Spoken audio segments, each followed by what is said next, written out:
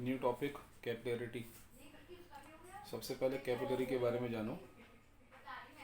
It is a glass tube with very small radius, है ना, narrow glass tube भी कह देते हैं, and open at both ends. ये मैंने शो करने की कोशिश भी की है। ये कैपिलरी है, ठीक है ना। इसका जो रेडियस है वो इतना होता है जितना हेयर का रेडियस होता है, बहुत कम, कितना कोई होता है तो दिखा रहे हैं। और फिर कैपिलरिटी क्या है कि when a capillary stands vertically in different liquids, है ना, then some liquids rise up inside the capillary and some other falls down as compared to their level outside the capillary। दिख रहा है ना आपको कि इस कैपिलरी में देखो जो लिक्विड का लेवल है आउटसाइड से ऊपर है और इसमें लिक्विड का लेवल आउटसाइड से नीचे है। तो inside the capillary some of the liquid rises up and some other falls down, ये मैंने लिखा। तो this phenomenon of rise and fall of liquids inside a capillary named as capillarity. Question put up होता कि ये ऐसा क्यों हुआ, और ये तुम पढ़ चुके हो, है ना। तो कुछ नया नहीं हुआ, ये जो हुआ ये तुम जानते हो। जैसे मैंने डायग्राम बनाया हुआ, देखो इस डायग्राम से समझो आप कि ना एक कैपिलरी रखी हुई है और इसके कॉन्टैक्ट में मैंने क्या लिया, एक लिक्विड लिया जो इसे वेट करता होगा, जैसे वाटर, ठीक है ना। क्या लिखते हैं कि when a capillary stand vertically in a liquid, कौन सा लिक्विड लिया हमने, वाटर मान लिया, विच वेट्स द कैपिलरी। तो यू नो दैट कि inside the capillary the meniscus of liquid will concave, कि जो भी लिक्विड इस तरह के होते हैं जो कैपिलरी को वेट करेंगे या किसी सॉलिड को वेट करेंगे, उनकी शेप कॉनकेव होगी। बिल्कुल ठीक। अब आप चेक करो कि जो फ्री सरफेस है ना outside the capillary and inside the capillary, इन सब पर प्रेशर P है, atmospheric pressure, and just below the free surface यहाँ तो प्रेशर अभी भी P है। वी नो दैट कि जो प्रेशर है वो डेप्थ के साथ बढ़ता ना, तो भी तो डेप्थ पे गए नहीं हम लोग, लेकिन यहाँ जो प्रेशर है वो P-2s/R हो गया। रीज़न है कि हम जानते हैं कॉन्केव साइड पर प्रेशर कॉन्वेक्स से ज़्यादा होता है, या उल्टा सोच लो कॉन्वेक्स पर जो प्रेशर है कॉन्केव से कम है, तो कॉन्केव पर अगर P है तो कॉन्वेक्स पर थोड़ा कम, और 2s/R क्योंकि एक फ्री सरफेस हो रही है। ये मैंने लिखा हुआ है कि now the pressure at free surface of liquid is equal to P outside as well as inside, but outside the capillary the pressure just below the free surface equal to P, while inside it is P-2s/R because pressure at convex surface is less than at concave surface। Now due to this difference in pressure, क्योंकि बाहर pressure ज़्यादा हो गया अंदर कम हो गया, बाहर तो P है अंदर P-2s/R है, ठीक है ना।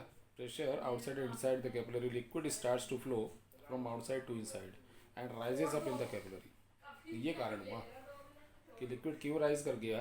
फिर बात आती है कहाँ तक राइज करेगा जी। The rise of liquid in capillary continues until the pressure at that point becomes equal to P।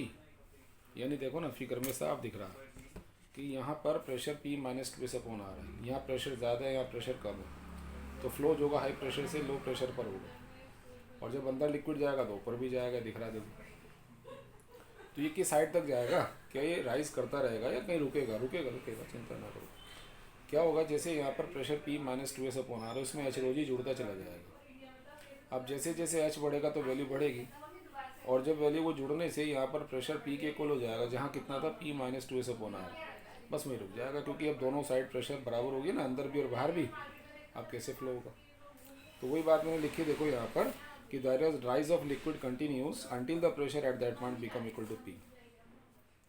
तो if liquid rises to a height h inside the capillary then pressure of liquid column हो गया H rho g। तो शायद हम ऐसा कह सकते हैं कि यहाँ पहले प्रेशर P-2s/R था, उसमें H rho g जुड़ गया और इक्वल किसके हो गया, P के।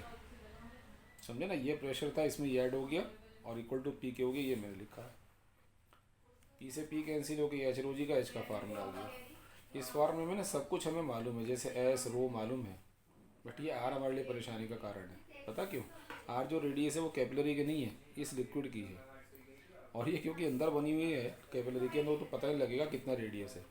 इसके लिए मैंने क्या किया, डायग्राम बनाया। देखो ये लिक्विड सरफेस है, ये दो टेंजेंट है, इनके बीच में एंगल ऑफ कांटेक्ट है, ये रेडियस ऑफ, है ना, कर्वेचर ऑफ लिक्विड सरफेस, और ये रेडियस ऑफ कैपिलरी। ये एंगल अगर थीटा तो ये भी थीटा होगा, कैसे सीख लो, ये थीटा, ये 90, क्योंकि टेंजेंट और रेडियस के बीच में, तो ये जो बचेगा 90 - थीटा, ये 90 माइनस थीटा तो थीटा आ जाएगा।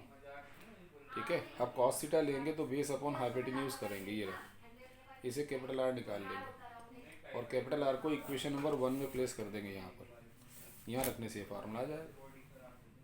इसको एसेंट फार्मूला भी कहते हैं। अब आप नोटिस करो ना, यहीं से तुम पता लगा लोगे कौन से लिक्विड राइज करेंगे, कौन से फॉल होंगे।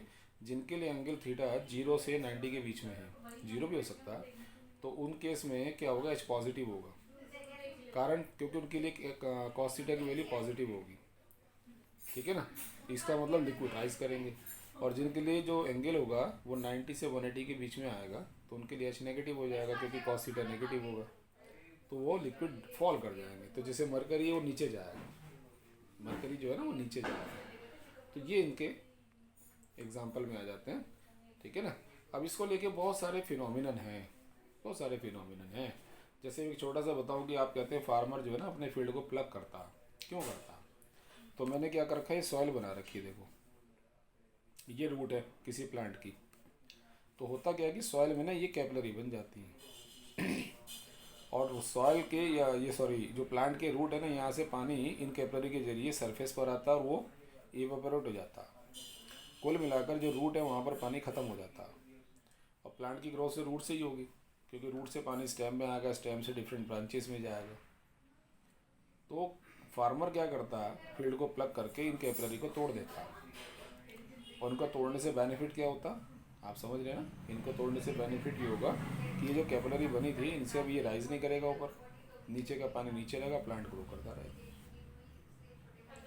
ठीक है ना, ऐसी चौक होती है, किसी चौक को हम पानी में डालेंगे ना तो आप देखोगे एयर बबल निकलने लगेंगे।